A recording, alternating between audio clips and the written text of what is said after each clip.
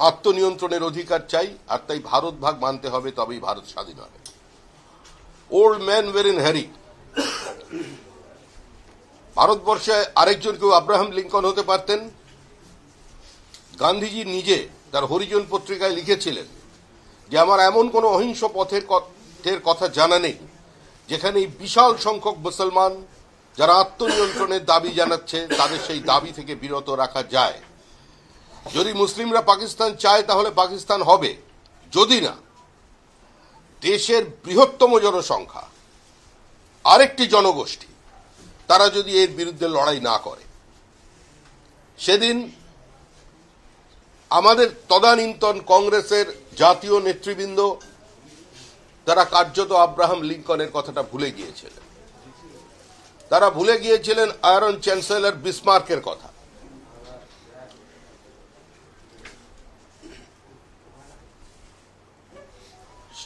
আত্মসমর্পণ করেছিলেন এই মৌলবাদীদের চাপের কাছে।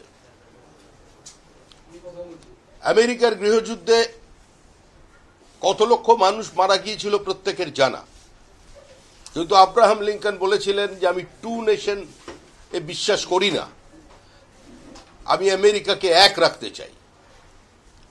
প্রায় 5 লক্ষ মানুষের জীবনের বিনিময়ে গৃহযুদ্ধের পর আমেরিকার পরিস্থিতি আমরা দেখেছি। আর আমাদের দেশভাগের কারণে 20 লক্ষ মানুষের জীবন বলিদান হয়েছে। বিনয় বাদল দীনেশের পরিবারের কাছে কেউ জানতে চায়নি যে তোমরা স্বাধীন ভারতের জন্য যুদ্ধ করেছিলে, তোমাদের এই আত্মত্যাগ কি স্বাধীন ভারতের জন্য না স্বাধীন পাকিস্তানের জন্য ছিল। মাস্টারদার সূর্য সেনের বংশের কোন লোককে কেউ জিজ্ঞাসা করেনি যে মাস্টারদার এই আত্মত্যাগ কি পাকিস্তান তৈরির জন্য ছিল কিনা। সুতরাং সেদিন আমরা দেশভাগের কাছে মাথা নত করে নিয়েছিলাম। পণ্ডিত নেহেরু 60-এর দশকে মোসলেকে দেওয়া এক সাক্ষাৎকারে বলেছিলেন যে আমাদের কাছে পাঞ্জাব থেকে রোজ মৃত্যুর খবর আসছিল, অগ্নিসংযোগের খবর আসছিল। আমাদের মধ্যে অনেকে, আমাদের বয়স হয়ে যাচ্ছিল এবং আমাদের মধ্যে অনেকেই জেল যাওয়ার জন্য প্রস্তুত ছিলেন না। যদি আমরা অখণ্ড ভারতের কথা চিন্তা করতাম, ভারত ভাগ না মানতাম, তার বিরুদ্ধে রাস্তায় নামতাম, তাহলে জেল আমাদের জন্য অবধারিত ছিল। কিন্তু আমাদের সামনে একটা পথ এলো, সেটা হলো বিভাজন। একটা প্রস্তাব এলো, আমরা সেটাকে মেনে নিলাম। এরপরে আবার তিনি বলছেন যে কিন্তু গান্ধীজি যদি না বলতেন তাহলে আমরা অপেক্ষা করতাম এবং লড়াই চালিয়ে যেতাম। এটা তো কংগ্রেসের ইতিহাস। কিন্তু তারপর গান্ধীজি বললেন ইচ্ছার বিরুদ্ধে, পরিস্থিতির বাধ্যবাধকতায় যারা আজকে পাকিস্তানে থেকে গেলেন তারা কষ্টে আছেন।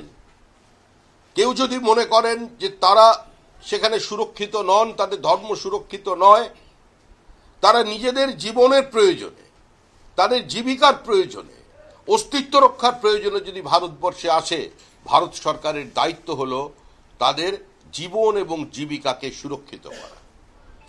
গান্ধীজি প্রতিশ্রুতি দিয়েছিলেন, পণ্ডিত নেহেরু প্রতিশ্রুতি দিয়েছিলেন, সর্দার বল্লভভাই প্যাটেল প্রতিশ্রুতি দিয়েছিলেন। ভারতবর্ষের এই সর্বোচ্চ 3 নেতা স্বাধীনোত্তর কালের, তাদের প্রতিশ্রুতি ছিল, কংগ্রেসের প্রতিশ্রুতি ছিল। কংগ্রেস প্রতিশ্রুতি দিয়েছে, প্রতিশ্রুতি রক্ষা করতে পারেনি। যে পাপ কংগ্রেস করেছে ওপার বাংলার মানুষের সঙ্গে, যে পাপ কংগ্রেস করেছে আজকে পাকিস্তানের জন্ম দিয়ে পাঞ্জাবের মানুষের সঙ্গে, আজকে সেই পাপের প্রায়শ্চিত্ত বর্তমানের প্রধানমন্ত্রী, পৃথিবীর জনপ্রিয়তম রাজনৈতিক ব্যক্তিত্ব, আজকে ভারতের হৃদয় সম্রাট নরেন্দ্র মোদী আজকে এই পদক্ষেপের মধ্যে দিয়ে করে দেখালেন। ওপার বাংলায় যারা ঘোষ, বোস, দত্ত, মিত্র, ঢোল, পোদ্দার সরকার, মতুয়া রাজবংশীরা আছেন, যারা জয়সওয়াল আছে, যারা জৈন আছে, যারা মাহেশ্বরী আছে, যারা গুপ্তা আছে, যারা চাকমা আছে, ওরা আমাদের রক্ত, ওরা আমাদের ভাই। আমরা ওদের বাদ দিয়ে অন্য কোনো কল্পনা আমরা করতে পারি না। আমাদের লক্ষ্য ছিল অখণ্ড ভারতবর্ষ, কিন্তু সেদিন আমাদের সেই শক্তি ছিল না। শ্যামাপ্রসাদ মুখার্জি কাশ্মীরের জন্য তার জীবন বলিদান দিয়েছিলেন। স্বাধীন ভারতবর্ষে ভারতের সংবিধানের জন্য যদি প্রথম কেউ শহীদ হয়ে থাকেন তার নাম ডক্টর শ্যামাপ্রসাদ মুখার্জি। এই বাংলার মাটিতে দাঁড়িয়ে তিনি যে গণ আন্দোলন গড়ে তুলেছিলেন, এই পশ্চিমবঙ্গের ওপর যে বিপুল পরিমাণ উদ্বাস্তুর চাপ নেমে এসেছিল, প্রায় আজকে যদি ওপার বাংলার শিকড় ধরা হয়, এ রাজ্যে এই মুহূর্তে বসবাসকারী 4 কোটির বেশি মানুষ যারা কোনো সময় অধুনা বাংলাদেশের বাসিন্দা ছিলেন, আজকে তাদের পাশে শ্যামাপ্রসাদ মুখার্জি দাঁড়িয়েছিলেন। এবং এই জমিটা, এই মাটিটা ডক্টর শ্যামাপ্রসাদ মুখার্জি আন্দোলনের ফসল। অস্বীকার করবার কোনো জায়গা নেই যে শুধু ডক্টর শ্যামাপ্রসাদ মুখার্জি নন, 1947 সালের জানুয়ারি মাসে আমাদের আজাদ হিন্দ ফৌজের একজন লেফটেন্যান্ট জেনারেল ছিলেন মুখার্জি, তিনি চ্যাটার্জি, তিনি আজকে প্রথম কলকাতা শহরে ঘুরে ঘুরে তিনি দাবি তৈরি করেন যে হিন্দুদের জন্য একটা সেপারেট হোমল্যান্ড দরকার। এটা ঠিকই সেদিন তার জনপ্রিয়তা বাড়ছিল, কংগ্রেস রাস্তায় নেমে তার বিরুদ্ধে প্রতিবাদ করেনি। এবং 1947 সালের 20 জুন প্রাদেশিক আইনসভায় যে ভোট দান পড়েছিল, সেখানে কংগ্রেসের সমস্ত হিন্দু বিধায়করা, এমনকি জ্যোতি বসু, রতনলাল ব্রহ্মণও সেদিন ভোট দিয়ে আজকে আমাদের জন্য এই জমিটি সুরক্ষিত করে রেখে দিয়েছেন। আজকে যে আমরা বাংলা ভাষায় কথা বলতে পারছি, আজকে যে আমরা নির্দ্বিধায় রবীন্দ্রসঙ্গীত গান গাইতে পারছি, আমরা আজকে মুক্ত মনে আমরা যেভাবে আজকে কথাঞ্জলি পড়তে পারছি, কবিতা বিতান পড়তে পারছি, বিশ্ব বাংলা বিশ্ববিদ্যালয়ে যাবার স্বপ্ন দেখতে পাচ্ছি, এই মাটি আজকে দিয়ে গিয়েছিলেন শ্যামাপ্রসাদ মুখার্জি এবং তারই দলের যোগ্য উত্তরসূরি নরেন্দ্র দামোদর দাস মোদীর। আজকের এই সিদ্ধান্ত 10 বছর যে বাড়িয়ে তিনি দিলেন, এটাতে বোঝা গেল যে যতক্ষণ বিজেপি থাকবে, পশ্চিমবঙ্গের কোনো হিন্দুর কেশাগ্র কেউ স্পর্শ করতে পারবে না। যারা বিভ্রান্তি ছড়াচ্ছেন তাদের মনে করার জন্য বলছি যে দিল্লির উপকণ্ঠের হরিয়ানার 2 শহর নয়ডা এবং এদিকে ফরিদাবাদ, গুড়গাঁও, সেখানে কিন্তু আজকে কার্যত রাতারাতি কাজের লোকেরা সব উধাও হয়ে গেছে। দিকে দিকে বাংলাদেশি রোহিঙ্গাদের চিহ্নিত করে দিচ্ছেন ভারতীয়রা, ভারতীয় হিন্দু, ভারতীয় মুসলমানরা। আজকে ভারতবর্ষকে যারা নাপাক মনে করেননি, যারা দারুল হাট মনে করেননি, যারা কান মে বিড়ি মুহ মে পান লড়কে লেঙ্গে পাকিস্তানের মিছিলে অংশগ্রহণ করেননি, হাসকে লিয়া পাকিস্তান লড়কে লেঙ্গে হিন্দুস্তানের যারা সমর্থক নয়, সেই মুসলমান যারা ভারতীয় সংস্কৃতির বহুত্ববাদকে বিশ্বাস করেন, বিজেপি থাকতে পশ্চিমবঙ্গে তাদেরও, সেই ভারতীয় মুসলমানেরও কেশাগ্র কেউ স্পর্শ করতে পারবে না। আজকের দিন নিঃসন্দেহে অত্যন্ত আমাদের কাছে একটা আনন্দের দিন। আমরা যারা বিজেপি করছি 4 দশক আগে থেকে, এবার আমি যতদিন রাজনীতি করছি ছোটবেলা থেকে, মানে অপ্রাপ্ত বয়স্ক হবার সময় থেকে স্লোগান দিয়েছি ভারতবর্ষের বিভিন্ন জায়গায় গিয়ে, যাহা হুয়ে বলিদান মুখার্জি ও কাশ্মীর আমারা হ্যায়। আমরা 370 ধারার বাতিলের কথা বলেছিলাম। আজকে অনেকে বলেছিলেন 370 ধারা বাতিল করলে আগুন জ্বলবে। আজকে পাথর ছোড়ার ঘটনা কিন্তু কাশ্মীরে নেই। আজকে কাশ্মীরের তরুণ প্রজন্ম নতুন করে চিন্তা ভাবনা করছে, তারা শান্তি চাইছে, তারা আধুনিক জীবন চাইছে। আজকে তারা মুসলমান হয়ে শুধু তারা বেঁচে থাকতে চাইছে না, তাদের জিহাদি তকমা তাদের গায়ের ওপর পড়ছে, তারা বাঁচতে চাইছে না। কিন্তু পাথর কাশ্মীরে বন্ধ হলেও পাথর পড়ছে কিন্তু মুর্শিদাবাদে, পাথর পড়ছে আজকে খিদিরপুরে, মহেশতলায়। এটা অত্যন্ত দুর্ভাগ্যজনক পরিস্থিতি। এটা সমস্ত হিন্দু, সমস্ত মুসলমান এবং সমস্ত রাজনৈতিক দলের কর্মীদের এটা বুঝতে হবে যে আজকে দেশ থাকলে তবেই দল থাকবে, তবেই আমাদের রাজনীতি থাকবে, রাজনৈতিক চাপানোতর থাকবে, এই যে সংবাদ মাধ্যম থাকবে, ক্যামেরা থাকবে, আমাদের বিবৃতি থাকবে। কিন্তু দেশটাই যদি না থাকে, কোথায় বসে সমালোচনা করবেন? ভারতের কমিউনিস্ট পার্টির, বাংলাদেশ কমিউনিস্ট পার্টির নেতা বাংলাদেশে গুলিবিদ্ধ হয়েছেন, কমিউনিস্ট পার্টি রাস্তায় নেমে মিছিল করেছে পশ্চিমবঙ্গে। বাংলাদেশের কমিউনিস্ট পার্টি এই পরিস্থিতির বাইরে বেরিয়ে এসে রাস্তায় লাল পতাকা নিয়ে দুনিয়ার মজদুর এক হও বলে স্লোগান দিয়ে রাস্তায় নামতে পেরেছেন। এই যে অতি বামরে আছেন টুকরে টুকরে গ্যাং, যারা খুঁজে খুঁজে ভারতবর্ষকে কি করে ভারতবর্ষের মধ্যে বিভাজন দেখানো যায়, কি করে বোঝানো যায় যে ভারতবর্ষ কোনোদিন এক ছিল না, এসব চিন্তা ভাবনা নিয়ে যারা করেন, যারা এইসব বেঙ্গল কি যেন বেঙ্গল ফাইলস বলে কেউ একটা ছবি বানিয়েছেন শুনছিলাম, হঠাৎ দেখলাম সেখানে নাকি দৌড়চ্ছে, পুলিশ দৌড়চ্ছে, সাংবাদিকও দৌড়চ্ছে, হোটেল ম্যানেজারে দৌড়চ্ছে। এই যে দৌড়দৌড়ির মধ্যে যারা আছেন তারা একবারও বাংলাদেশের বিষয়ে কথা বলছেন? ওখানে কেন প্রতিবাদ নেই? মানবাধিকার কর্মীরা কোথায়, যারা দোকানদারি করেন? কোথায় মানবাধিকার কর্মী? এত মানুষ মার খাচ্ছে ওপার। আজ এটা দুর্ভাগ্যজনক পরিস্থিতি একই সঙ্গে 24 সাল পর্যন্ত বাড়াতে হচ্ছে কেন? পরিস্থিতি কি? হিন্দু পালাচ্ছে। এবার পশ্চিমবঙ্গের হিন্দুরা চিন্তা করুন যে আগামী দিনে তারা কোথায় পালাবেন। এদিকে তো বঙ্গোপসাগর, ওখানে আবার জগন্নাথ দেব বসে গেছেন। কোন দিকে পালাবেন? কোনো জায়গায় নেই ভারতবর্ষের। সমস্ত এক্সস্টেড হয়ে গেছে, আর কোনো জায়গা নেই পালানোর জন্য। এই পরিস্থিতির মধ্যে দাঁড়িয়ে আমাদের এজেন্ডা, আমাদের কাছে আমি আবার বলছি, কোনো লুকোনো বিষয় নেই। 370 ধারার বাতিল ছিল, হয়ে গেছে। আমরা রাম মন্দির বানানোর ছিল, সরকারের কাজ রাম মন্দির বা মন্দির মসজিদ বানানো নয়, একটা জাতীয় ক্ষতচিহ্নকে মোছার বিষয় ছিল, আমাদের কমিটমেন্ট ছিল, করে দিয়েছে। আমাদের সিএ যেটা দীর্ঘদিনের দাবি, ওখান উদ্বাস্তু পরিবারের দাবি, তাদের আত্মমর্যাদার দাবি, তাদের প্রতিষ্ঠার দাবি, তাদের সঙ্গে যে বিশ্বাসঘাতকতা হয়েছে, প্রতারণা হয়েছে, তাকে শেষ করার দাবি, সেটা আমরা করেছি। এবং অন্তিমভাবে যেটা আজকের পরিস্থিতিতে দেখা যাচ্ছে, আজকের যে ঘোষণা, যে সিদ্ধান্ত, তার জন্য আবার প্রধানমন্ত্রীকে অভিনন্দন জানাচ্ছি। আমার মনে হয় শুধু অভিনন্দনটা একা নয়, এই অভিনন্দনের সঙ্গে অনেক মানুষের চোখের জল জড়িয়ে আছে। যেদিন শ্যামাপ্রসাদ মুখার্জিকে পরিকল্পিতভাবে খুন করা হয়, সেদিন কোনো রাজনৈতিক দলের আহ্বানে নয়, জনসংঘের আহ্বানে নয়, হিন্দু মহাসভার আহ্বানে নয়, ভারত সভা সংঘের ডাকে নয়, সেদিন কলকাতা থেকে শুরু করে গোটা পশ্চিমবঙ্গে অরন্ধন হয়েছিল। এমনও ঘটনা ঘটেছে, বিভিন্ন জেলায় 3 দিন ধারাবাহিক অরন্ধন চলেছে, মানুষ রান্না করেননি।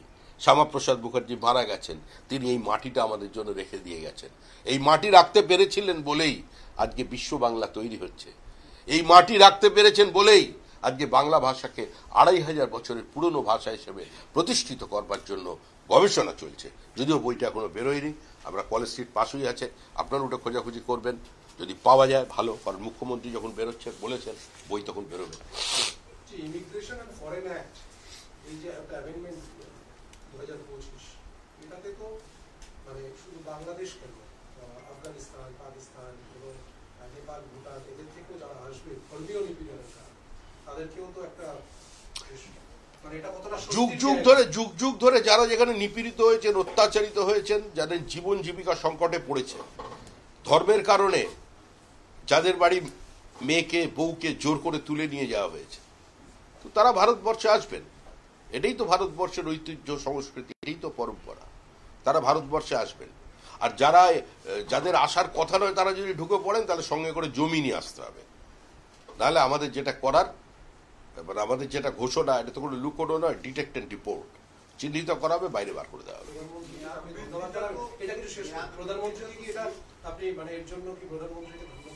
এতক্ষণ আমি কি বল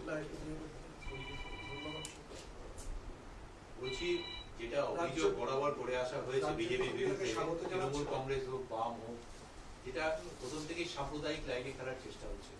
দেখুন, এই একদম ঠিক কথা বলেছেন। মানুষ ওটা এখন বুঝতে পেরে গেছে।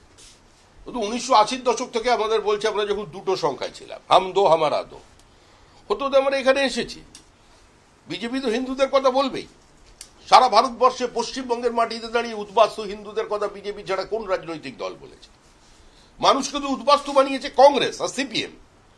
কংগ্রেস সিপিএম তো এই দেশটাকে, কমিউনিস্ট পার্টি তো 28টা টুকরো ছোট ছোট করে ভাগ করে তারপরে ব্রিটিশকে ডোমিনিয়ন স্ট্যাটাস দেওয়ার জন্য প্রস্তাব দিয়েছিল, এবং তাদের সেই ম্যাপ তারা তাদের পিপলস ওয়ার পত্রিকায় প্রকাশ করেছিল। তো এটা তাদের ঘোষিত অবস্থান, এটা আমাদের ঘোষিত অবস্থান।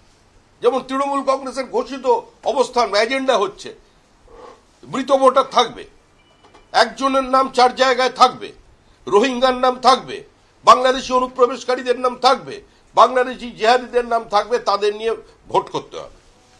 আর আমাদের এজেন্ডা হচ্ছে পরিচ্ছন্ন ভোটার লিস্ট নির্বাচন কমিশনের উপহার দেবে। এ তো অবস্থান, এই নিয়ে কোনো বিতর্ক তো নেই।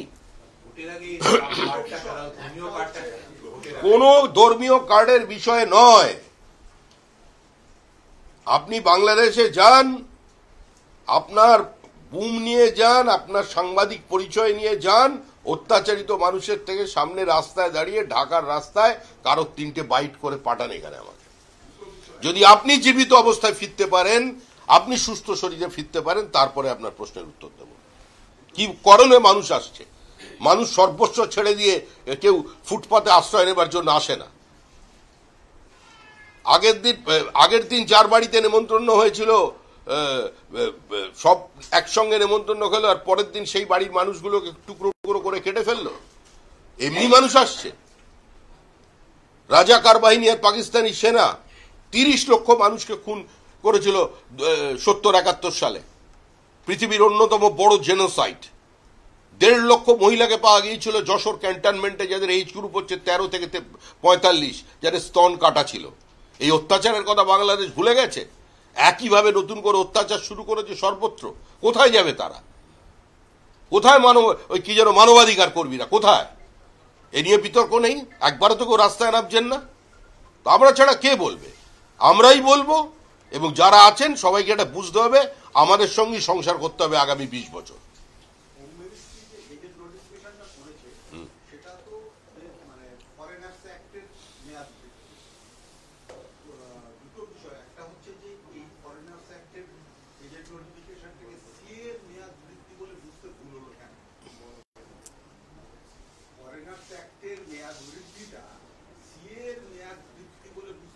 আরে ফরেন অ্যাক্টের মেয়াদ বৃদ্ধি মানেই তো তার অ্যাপ্লিকেশনের ফরম্যাটটাই চেঞ্জ হবে। এ তো মানুষ বোঝে। এটাকে নিয়ে নতুন করে গুলিয়ে দেওয়ার চেষ্টার কোনো লাভ নেই। দুটো এক কিনে সেটা আইন বলবে, সেটা ফরেন মিনিস্ট্রি বলে দেবে।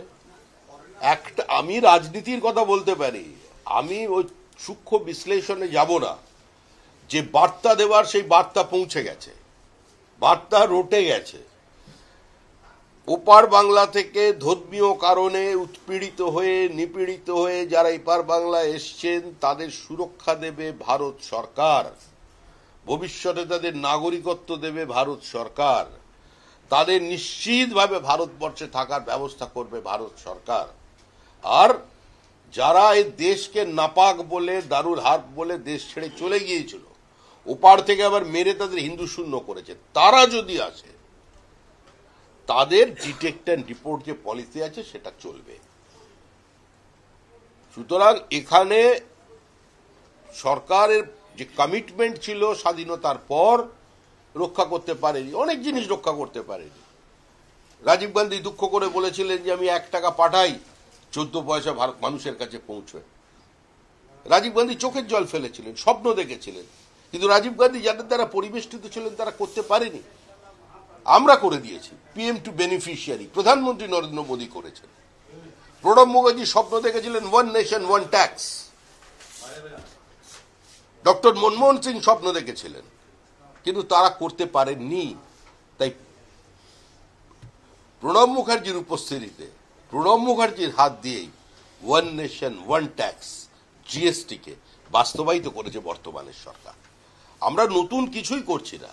ভাষণে যারা মনে করে বলে আবেগ বা ওই বিভিন্ন ধরনের প্রতিশ্রুতি দিয়ে দেয়, সেই প্রতিশ্রুতির দায়ভার আমরা পালন করছি। মানে বাবা দিয়ে গেছে, ছেলে ঋণ করে গেছে, ছেলে শোধ করছে, ব্যাপারটা এইরকম।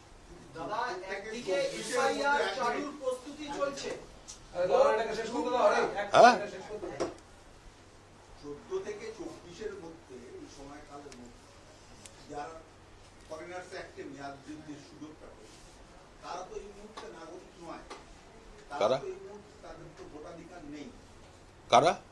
14 থেকে 24 মেয়াদ বৃদ্ধির ফলে যারা যাদের গায়ে এই মুহূর্তে হাত পড়বে না, যাদের এই মুহূর্তে যারা দেশের মধ্যে সুরক্ষিত, তারা তাদের কি ভোটাধিকার তারা পাবে? 26-এর ভোটে কি তারা ভোটাধিকার পাবে? ভোটার লিস্টে ভোটার হওয়ার জন্য তারা নাগরিকত্ব আগে তো পেতে হবে, তারপরে আপনি দেখতে থাকুন না। একদিনেই সব শেষ করে ফেলছেন কেন? আপনাকেও লিখতে হবে, আমাকেও বলতে হবে। দাদা, একদিকে এসআইআর চালুর প্রস্তুতি চলছে এই রাজ্যে, মানে ভোট লুট করার যে প্রয়াস সেটা বন্ধ হচ্ছে। অন্যদিকে এই যে আজকের নতুন যে গ্যাজেটে যে নিয়ম চালু হলো, পরিচয় মানে নিজের পরিচয় নিয়ে একটা মানুষ সচেতনতা আসছে। রাজ্য সরকার মমতা বন্দ্যোপাধ্যায় এইসব বিষয়ে কি ভয় পাচ্ছে? মুখ্যমন্ত্রী ভয় পাওয়ার মানুষ? আপনি কি মনে করলেন? আপনি এই প্রশ্নটা মুখ্যমন্ত্রীকে করতে পারবেন? করে আপনি সুস্থ শরীরে বাড়ি ফিরতে পারবেন না, ভাঙচুর হয়ে যাবে, ক্যামেরা ভাঙচুর হবে, পরের দিন থেকে আমরা তৃণমূল বিট বাতিল হয়ে যাবে। না না, আমাদের মুখ্যমন্ত্রী একটা ভীতু মানুষ নন। মুখ্যমন্ত্রী অত্যন্ত দৃঢ়তার সঙ্গে, স্বচ্ছতার সঙ্গে, সততার সঙ্গে ধীরে ধীরে এগিয়ে যাবেন। তাহলে বিরোধিতা করছেন কেন এই এসআইআর? শেষ করতে দিচ্ছে না। আপনি মুখ্যমন্ত্রীর অবমাননা করছেন। মুখ্যমন্ত্রী ধীর পায়ে এগিয়ে যাবেন বিরোধী দলনেত্রী হবার পথে।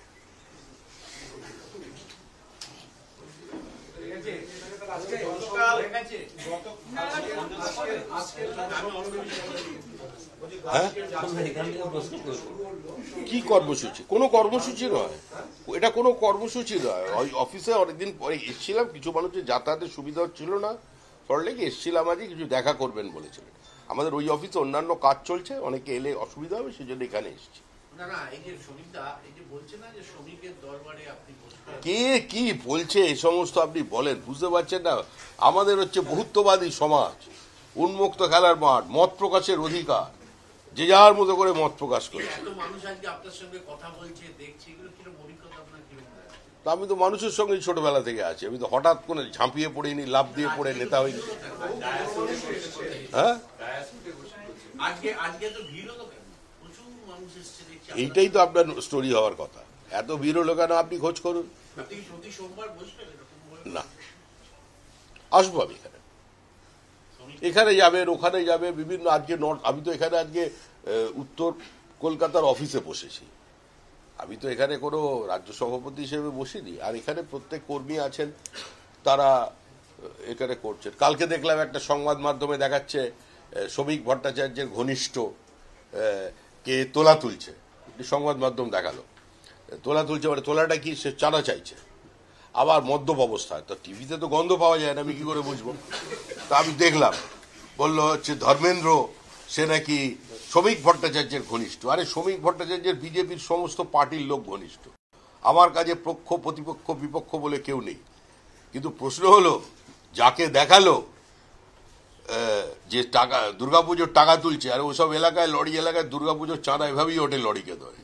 একবারও সেই মানে চ্যানেল, সম্মানিত চ্যানেল, নতুন মানে জাগ্রত চ্যানেল, একবারও এটা দেখালো না যে দক্ষিণপুর 24 পরগনার ডায়মন্ড হারবারের আগে যখন হাত থেকে আংটি বার করবার জন্য শ্রমিক ভট্টাচার্যের হাতটা কাটা হচ্ছিল, তখন সে আবার বুকের উপরে বসে মারটা খেলো, এবং একটা গরিব ছেলে তার থেকে একটা সামান্য মোবাইল পর্যন্ত তার কেড়ে নেওয়া হলো।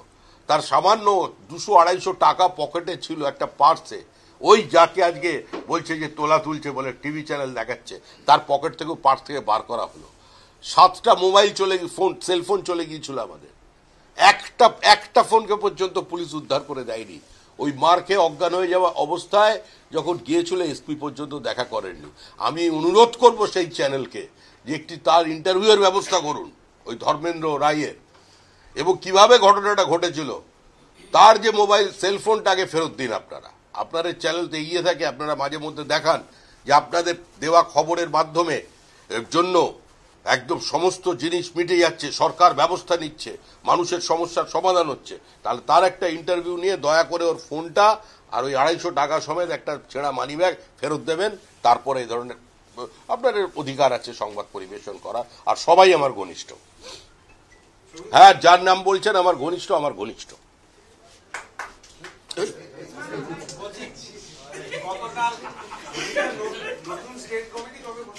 হ্যাঁ, আরে এটা কি করবো বলুন তো? আপনি শ্বশুরবাড়ি কবে যাবেন আমায় বলে যাবেন না, তারিখ তো আপনি ঠিক করবেন, আমারটা আমি ঠিক করবো, পার্টি ঠিক করবে না। এটা বলা যায় না সবসময়, এটা বলা যায় না। পুজোর মার্কেটিং করতে করতে শ্বশুর বাড়ি যাবে না, তারপরে যাবে, আগে যাবে, এইসব ব্যাপার পারিবারিক ব্যাপার, এগুলো বলাই যায় না। পার্টিটা পরিবার তো, পার্টিটা খেলা নয়। কেউ কেউ বলছে না খেলা হবে, পার্টিটা খেলা নয়। হ্যাঁ, আমার এরকম জানা নেই, এরকম কোনো প্রোগ্রামের কথা আমার জানা নেই। বলছি যে একটা ছবি উর্দু একাডেমি প্রথমে দিয়েছিল জাভেদ আখতারের একটা ছবি, সেই ছবি দেওয়ার পরে কিছুদিন পরে দেখা গেল ওই প্রোগ্রামটাই বাতিল করে দেওয়া হলো। উর্দু একাডেমির চেয়ারম্যান হচ্ছে চেয়ারপারসন হচ্ছে মমতা, তাহলে জাভেদ মৌলবাদের চাপ বলে অভিযোগ। এই পুরো ব্যাপারটাকে নিয়ে এখানে জাভেদ আখতারকে এখন চিন্তা ভাবনা করতে হবে যে সারা জীবনে উনি অনেক বিবৃতি দিয়েছিলেন, বিবৃতিগুলো ঠিক ছিল কিনা। এর থেকে বিজেপিকে শিক্ষা নেওয়ার কোনো ব্যাপার নেই, জাভেদ আখতারকে শিক্ষা নিতে হবে। আমরা জাভেদ আখতারের পক্ষে, কারণ আমরা সমালোচনা গ্রহণ করতে পারি, আমরা পার্লামেন্টে যে কোনো ইস্যু নিয়ে প্রকাশ্যে আলোচনা করতে পারি, অন্যেরা সেটা করতে পারে না। আমরা বিরোধিতাকে স্বীকার করে নিই, কারণ গণতন্ত্রের প্রাথমিক শর্তই হলো বিরোধিতার অধিকার, সেই অধিকারে আমরা বিশ্বাস করি। যারা বিশ্বাস করে না তারা জাভেদ আখতারের প্রোগ্রাম ওখান থেকে সরিয়েছে। এবার জাভেদ আখতার কি বার্তা দেন সেটা তার ব্যাপার, বসে প্রশ্ন করা যায় না।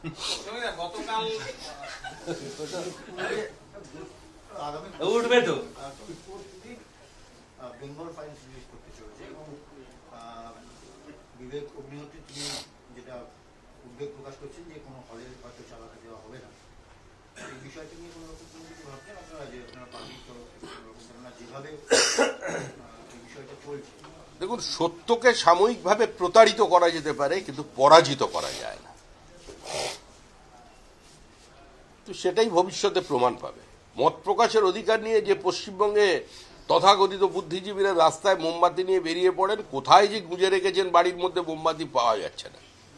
সত্যজিৎ রায়, ঋত্বিক ঘটক, মৃণাল সেনেদের জায়গায়, বিমল বাবুদের জায়গায় আজকে একটা সিনেমার ছবি দেখে সেটারও এত ভয়। আর এটা তো ইতিহাস, ইতিহাসকে কি করে অস্বীকার করবেন?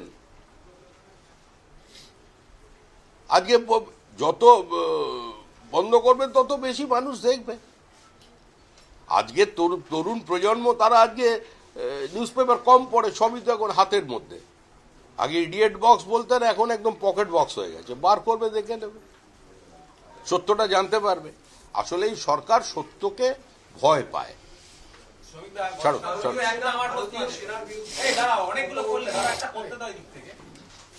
বলছি, গতকাল বিধানসভায় ব্রাত্য বসু 71-এর প্রসঙ্গ টেনে এনেছিলেন এবং তা নিয়ে যথেষ্ট বিতর্ক শুরু হয়েছে, কিন্তু আজকে অর্জুন সিং বলছে আমি বিধানসভায় থাকলে ফেলে পেটাতাম ব্রাত্য বসু। আমি কোনো এই বিষয় বলবো না, যে যার বলছেন নিজের দায়িত্বে বলছেন। আমি শুধু এটাই বলতে পারি যে ব্রাত্য বসু একজন একাডেমি পুরস্কার প্রাপ্ত সচেতক নাট্যকর্মী। এসব দলের কথা না বললেই ভালো। উনি এমনি অনেক উচ্চমার্গে চলে গেছেন, এখন মমতাবাদী ভবন বলে একটা ভবনও তৈরি করেছেন। তো এগুলো ভালো জিনিস, কিন্তু এইসব যেগুলো বলছেন, ওনার ইচ্ছা হয়েছে উনি পাকিস্তানের সংবাদপত্রে নামটা ছাপাবেন। এর আগে আমাদের মুখ্যমন্ত্রী বেরিয়েছে, আরও কয়েকজন নেতার বিবৃতি বেরিয়েছে। ওই উগ্রপন্থা নিয়ে কিছু এমন বক্তব্য রেখেছিলেন উনি ওই সমস্ত সময়। পাকিস্তানের হেডলাইন, ডনের হেডলাইন, দুদিন ধরে সেখানে টকশো চলেছে। তো উনিও স্পেস চাইছেন, এটা তো অন্যায় কিছু নেই। তার জন্য সেনাবাহিনীকে না ব্যবহার করলেই ভালো হতো। অন্য কিছু একটা বলতেন, মুখ্যমন্ত্রী যেরকম বলেন মাঝে মধ্যে, ওর একটা বলে দিতেন। কিন্তু উনি পাকিস্তানের সংবাদপত্রে স্পেস চাইছেন, উনি পাকিস্তানে পপুলার হতে চাইছেন, এ তো কিছু করার নেই। রাজ্যের বিরোধী দলকে সাসপেন্ড হতে হলো। এই ব্রাত্য বসুর কথার প্রতিবাদে রাজধানী দিয়েছিল শুভেন্দু অধিকারী, তার জন্য তাকে সাসপেন্ড করা। সেটাই তো স্বাভাবিক। এই স্বাভাবিকভাবে বার্তা দেওয়া হচ্ছে সমাজের ওই মৌলবাদীদের কাছে, যারা মুর্শিদাবাদে বাচ্চাদের বইপত্র পুড়িয়ে দিয়েছিল, আগুন লাগিয়েছিল, হিন্দুদের দোকান লুট করেছিল, যারা খিদিরপুরে আগুন লাগিয়ে দিয়েছে। তো ওই জন্য বার্তা দিচ্ছে তাদের কাছে, শুভেন্দুকে সাসপেন্ড করে। উদ্দেশ্যটা শুভেন্দুকে সাসপেন্ড করা নয়, উদ্দেশ্যটা হচ্ছে বিরোধী দলনেতা, আমাদের যিনি নেতা বিধানসভার মধ্যে, তাকে সাসপেন্ড করে একটা বার্তা দেওয়া যে আমরা বার্তা দিলাম তোমাদের, আমি তোমাদেরই লোক, তোমরা 30% আসো, ঝাঁপিয়ে পড়ো, আমি হাতের ওপরে করে আছি, ধরে নেব। এই গল্প। শওকত মোল্লার গাড়ির ধাক্কায় মারা গেল, যে এটা দিয়ে পুলিশ ছানবিন করতে গিয়ে দেখছে পুলিশের গাড়িতে স্পিড সার্টিফিকেট। আমরা তো দীর্ঘদিন ধরে বলছি, আপনারা কেন এটা নিয়ে খবর করছেন না? সমস্ত বিষয়টাই গোলমেলে। এখানে যে বিভিন্ন রাস্তায় নীল সাদা দিয়ে যে মার্কিং করে দেওয়া হয়েছে, সেটা আন্তর্জাতিক আইনের পরিপন্থী। এটা করা যায় না, কিন্তু এ রাজ্যে চলছে। এখানে যত পুলিশের জিপ, পুলিশের গাড়ি, সরকারি অ্যাম্বুলেন্স হচ্ছে, অধিকাংশের এর সমস্ত কিছু হয় কি সব লাইসেন্স ফেল বলে সেগুলো আছে, ইন্স্যুরেন্সের কাগজপত্র ঠিক নেই। এ একটা পুলিশের গাড়ি, পুলিশের মোটর সাইকেল, পুলিশের ভ্যান, সরকারি বাস, সকলের এক অবস্থা। আপনারা এটা নিয়ে একটা স্টোরি করুন না, দেখুন না রাজ্য সরকারের যত বাস চলছে রাস্তায় সেটার মধ্যে কতগুলো ইন্স্যুরেন্স আছে। এটা দেউলিয়া সরকার। পরিবহন দপ্তরে একটা বিভাগ আছে যে ফিট সার্টিফিকেট দেখা, গাড়ির ফিটনেস দেখা, তারা চোখ বন্ধ করে বসে থাকে দিনের পর দিন। পরিবহন দপ্তরে একটা ওই দেখুন, পরিবহন দপ্তরের কোন বিভাগে জানার দরকার নেই। একটা বিভাগ ঠিক আছে, যে বিভাগটা সোনারপুর, বারাসাত, মধ্যমগ্রাম আর শিলিগুড়িতে আধার কার্ড তৈরি করছে, পরিবহন দপ্তর ওদের দায়িত্ব দিয়ে দিয়েছে, বলে দিয়েছে হয়তো যে সব কিছু করো না, ভোটার লিস্ট তৈরি করো। আর দিয়ে পরেশ অধিকারী, গীতা অধিকারী, পরেশ অধিকারী, তারা ওই পুলিশের আত্মসমর্পণ করবে। নিয়োগ একাদশ দ্বাদশ শ্রেণীর নিয়োগ মামলায় অভিযুক্ত দুজনের বিরুদ্ধেই চার্জশিট দিয়েছিল সিবিআই। আত্মসমর্পণ আইনের পথে চলবে, খালি একমাত্র পার্থ চট্টোপাধ্যায় জেল খাটবে। সমর্পণ করে জামিনের আবেদনও করেছে। ঠিক আছে, কিন্তু একজনই জেল খাটবে, পার্থ চট্টোপাধ্যায়। বাদ বাকি যারা ছিল তারা তো সবাই কেউ ধরা টরা পড়ছে না। উনি একা জেলের মধ্যে আছেন, অন্যরকম ছেড়ে দিচ্ছে কি জামিন পাচ্ছে, বেরোচ্ছে কই। এমনই মনে হচ্ছে যে পার্থ চট্টোপাধ্যায় যেন দুর্নীতির মাথা, তা তো নয়। এটা তো প্রাতিষ্ঠানিক দুর্নীতি। ফিরহাদ হাকিম বলেছিলেন তো, এটা একটা কালেকটিভ ডিসিশন। আজকে এটা প্রাতিষ্ঠানিক লুট, এখন একটা তালিকা বার করে দিয়েছেন, বলছেন এই কজনই টেন্টেড। তাহলে সরকার নিজে যে দুর্নীতিগ্রস্ত, সরকার যে দুর্নীতি করেছে, সরকার যে লুট করেছে, নিয়োগ প্রক্রিয়ায় লুট যে হয়েছে, তার উপরে শিলমোহর সরকার এপিডেভিট করে জানিয়ে দিল যে আমি চোর। এই ঘটনা ঘটেছে নাকি আগে কোনোদিন? মহুয়া মৈত্র বলছে না। চাকের মালা গলায় দিয়ে এসে মতুয়ারা এখানে ভাতা নিচ্ছে, বিভিন্ন রকমের প্রকল্পের সুবিধা নিচ্ছে, কিন্তু ভোট দিচ্ছে না। তৃণমূলকে ভোট দিচ্ছে না, তারা বেশিরভাগই ভোট দিচ্ছে বিজেপিকে। মতুয়ারা মতুয়ারা এর উত্তর দেবে। এটা আমার উত্তর সঙ্গে না, না না, আরে আশ্চর্য কথা, মহুয়া মৈত্র তো দীর্ঘদিন রাজনীতি করছেন না। মহুয়া মতো রাজনীতিতেও নতুন এবং তৃণমূলেও নতুন। তা তিনি তখন তৃণমূলীতে হাতে খড়ি করেছেন, তখন যেভাবে পাশে দেখছেন, যেভাবে তৃণমূল কংগ্রেস করছে, যে যেখানে ভোট পাবো সেখানে উন্নয়ন, ভোট যদি কম পাই, বুথে যদি হেরে যাই সেখানে রাস্তা হবে না, জলের কল হবে না, এটাই তৃণমূলের এজেন্ডা। এই সংস্কৃতির মধ্যে উনি বড় হয়েছেন, তো উনি অত্যন্ত স্বচ্ছতার সঙ্গে, সততার সঙ্গে সত্য কথাটা বলে দিয়েছেন। আর টাকা নিচ্ছে মানে উন্নয়নের কারণে জমিদারির টাকা নিচ্ছে নাকি? মানুষ যে টাকা তার শ্রমশক্তি দিয়ে অর্জন করে, যে প্রত্যক্ষ বা পরোক্ষ করের মধ্যে দিয়ে যে টাকা সরকারের কোষাগারে জমা পড়েছে, মানুষের টাকা মানুষের কাছে ফিরে আসছে, কারণ দয়ার টাকা নয়। যারা আন্দোলন করেছিল তাদেরকে ডেকে ডেকে এখন জিজ্ঞাসাবাদ করছে পুলিশ, অথচ রাকেশ সিংকে খুঁজে পাচ্ছে না। রাকেশ সিংকে খুঁজে পাচ্ছে না।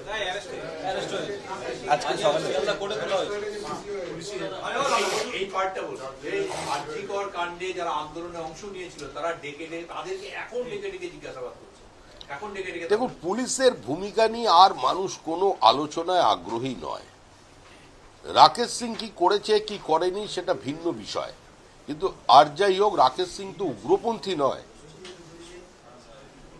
রাকেশ সিং ধরে নেওয়া যাক তর্কের খাতিরে বিরাট অপরাধ করেছে, ধরে নেওয়া যাক, অপরাধটা কি আপনিও জানেন আমিও জানি, কিন্তু রাকেশ সিং এর ছেলে কি অপরাধ করেছে, তার মেয়ে কি অপরাধ করেছে, তার পরিবার কি অপরাধ করেছে?